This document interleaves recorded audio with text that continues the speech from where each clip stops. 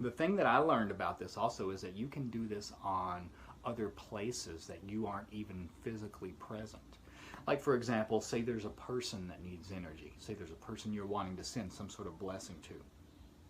You could go through this seeing the light at the top of the universe glowing brighter and brighter and brighter. And then when you say, let the divine light descend, you see that shaft of light come down in your mind's eye on the person, wherever they are, and completely saturate them and the room where they are with this white light. And the reason we picture it as white, and we don't have to always picture it as white, that's where the variations come in. But the reason it's usually pictured as white is because white contains all of the other colors. But what I learned, I started doing this ritual without making all the physical movements and without saying anything out loud because I didn't want to draw attention from the guards. What I discovered over time is that you can do the same thing with any energy of an element or the energy of the spheres on the tree of life. So say, for example, if I wanted to use energy of success and victory, which is what Tiphereth represents, that gold energy, I would just spend like a few minutes, I get quiet, I close my eyes, I direct my attention to the very top of the universe where that white light is, and I see it turn gold in my mind. So now there is a gold light at the top of the universe. I would inhale and see it glow brighter. Inhale and see it glow even brighter. And a lot of times while I was doing that, I would go through the divine name associated with that sphere. Like, for example, Tiphereth, success, victory. The divine name is Yehovah Eloah Vada'ath. So what I would do is, like, every time I would inhale to myself, I would think one syllable of that mantra. Like, inhale, Yay. Inhale, Ho. Inhale.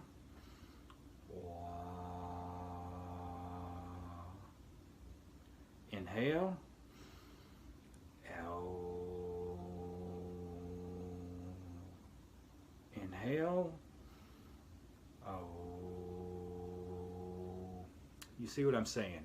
You go through the entire mantra, Yehovah Eloah Vada'ath. And as you break it down, you inhale and see that light go brighter and brighter gold. Then you say, let the divine, and sometimes I would go through and I would do the name like that, like 20, 30 times. And then you say, let the divine light descend, and all of that energy that you have accumulated, you see it all come crashing down into whatever it is that you're trying to put that light into. This is one of those things that when you first start doing this, and you start to see results, you'll think, it can't be this easy. There's got to be more to it than this. It is this easy. The thing is, the more you do this, the more powerful it will become, the more proficient you get at it. But this is one of the easiest ways to direct energy for some sort of manifestation purpose that I have ever discovered, bar none. Yeah, and I've tried a lot of different ones. For example, you can do the middle pillar and then inhale and see all of that energy you've accumulated in the middle pillar collapse into your Tiphereth center in your chest. And as you exhale, you see it come down your arms, out your hands, and into a talisman or into a person or into a glass of water, whatever it is. Doing this, the variation of the analysis of the keyword works even better. So let's say, for example, somebody needs protection. Somebody is in trouble. You do the same thing, only you direct your attention to the top of the universe and you see that white light turn red, because red is the color of the element of fire and the Archangel Michael, and that's what corresponds to protection.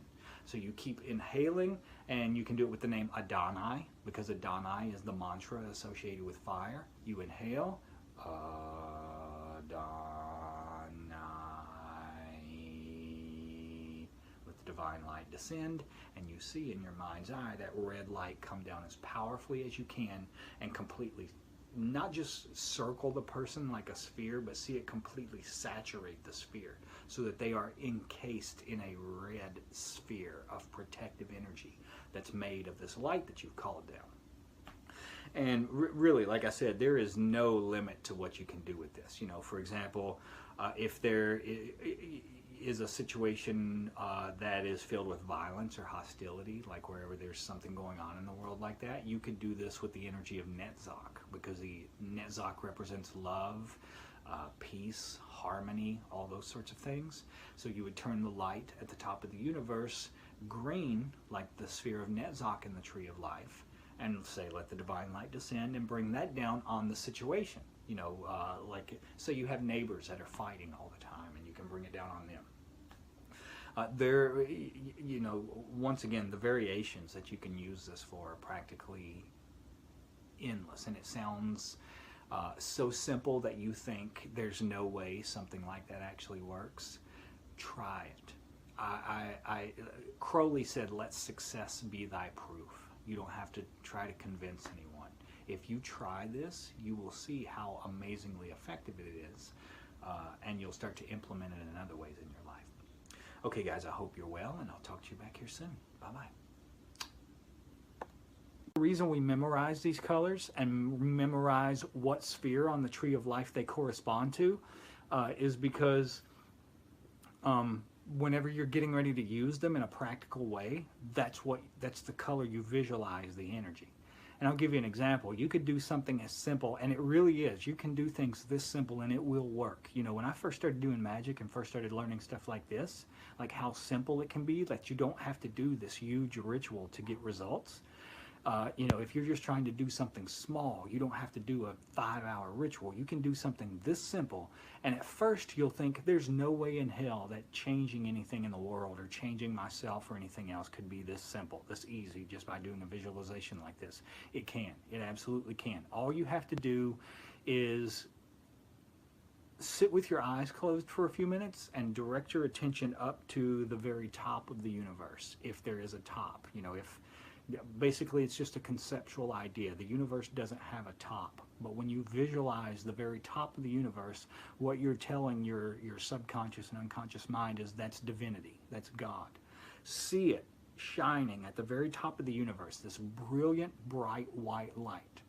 Now, while you're breathing and making it brighter and brighter and brighter, you can also change it to the color associated with the sphere on the Tree of Life, or associated with the planetary energy. You know, like for example, Venus is green, Jupiter is blue, the moon is purple, Saturn is black, Mercury is orange. This is why we memorize these colors. So when you get ready to do this, you know it's second nature to you what color to think about. You visualize the light at the top of the universe turning that color. So since somebody asked about purple, let's say, for example, one of the things we're doing with the moon is it can be used to enhance your psychic intuition. And I'm not talking about that crazy movie stuff or any of that. By psychic intuition, I'm just talking about your ability to perceive, detect, and work with astral, etheric, chi energy, whatever you want to call it. You just turn the color, visualize it turning purple, and then as you inhale several times, there's no rule for how many times to do this, just because the more you do it, the more energy you're putting into it. You turn it purple, keep inhaling and seeing it glow brighter and brighter and brighter, and then you see it come down like a beam of light and completely saturate yourself. You know, you can either do it visualizing in your mind like an image of yourself standing against a movie screen and see the light come down and completely saturate the figure of you standing there, or you can feel it, like see it come down directly on your physical body and feel your physical body and your aura up over and over and over. You know, the main point when you're doing all these things is consistency. You want to do it, you know, not just one time, but over and over and over.